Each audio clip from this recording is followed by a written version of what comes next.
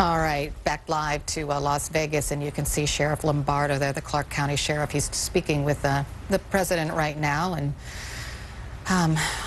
the president will soon visit a hospital in Las Vegas to try to bring comfort to some of the victims there. You can see the First Lady, Melania Trump, is there. I want to bring in Kurt Bardella. He's a former spokesman for Congressman Darrell Issa.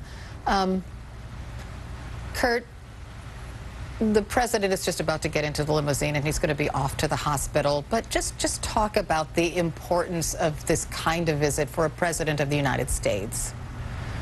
Well, I think people in situations like this, tragic situations, people look to the president to provide comfort and a sense that these people who went through this horrible tragedy, they're not alone, that the nation at the highest level is standing with them and will help them get through this crisis. It is interesting that this is a much quieter arrival for the president, perhaps. There's no audio. We can't hear what they're saying. It was a very small gathering who greeted the president at this airport, and now he's on his way to a hospital to an event which will be closed to the public. What do you make of that?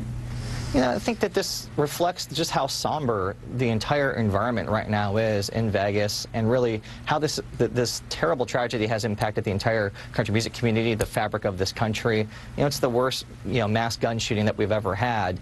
And this isn't the type of trip where you're going to have a lot of fanfare, and you're going to have some of the things that we see in disaster relief, where there are crowds of people that are there and you're handing out supplies or making different types of appearances. This is a crime scene, and I think that what we're seeing from the president's arrival is a reflection of just how somber this is. And you say it's a crime scene. It's not so far away from the airport, right? That's where the music venue was, where all those country music fans were assembled, and some of them ran onto airport grounds to escape the gunfire.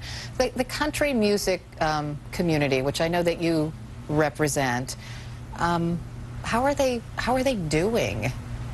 Yeah, this is really struck at the heart of everyone in the country music community, because this is one of those incidents where all of us think to ourselves, we could have easily have been there. This was a festival that I was going to go to up until about a week and a half ago, and I found out that this happened when the person who runs Jason Aldean's label called me to see if I was okay, because he thought I might be there. So many types of incidents that happen, it's sometimes hard to put yourself in that position, but something like this, any of us could have been there. I'm going to go to a show on Saturday here in Virginia, and so it really just hits close to home. And we know so many people who are at this event, from performers to staff to crew, and of course the fans who, as we've seen, the diversity of the victims who come from all walks of life, all types of backgrounds, diversities, ages. That's the thing about country music, that it connects so many different people together, and it's such a tight-knit community. And the performers themselves, these are the most accessible performers in any genre of entertainment. Their story is our story, and they bring us into it. Kurt, thank you, and kudos to you for going to a concert, because I think that's important, that we all just carry on with our lives. Thank you so much for being with me.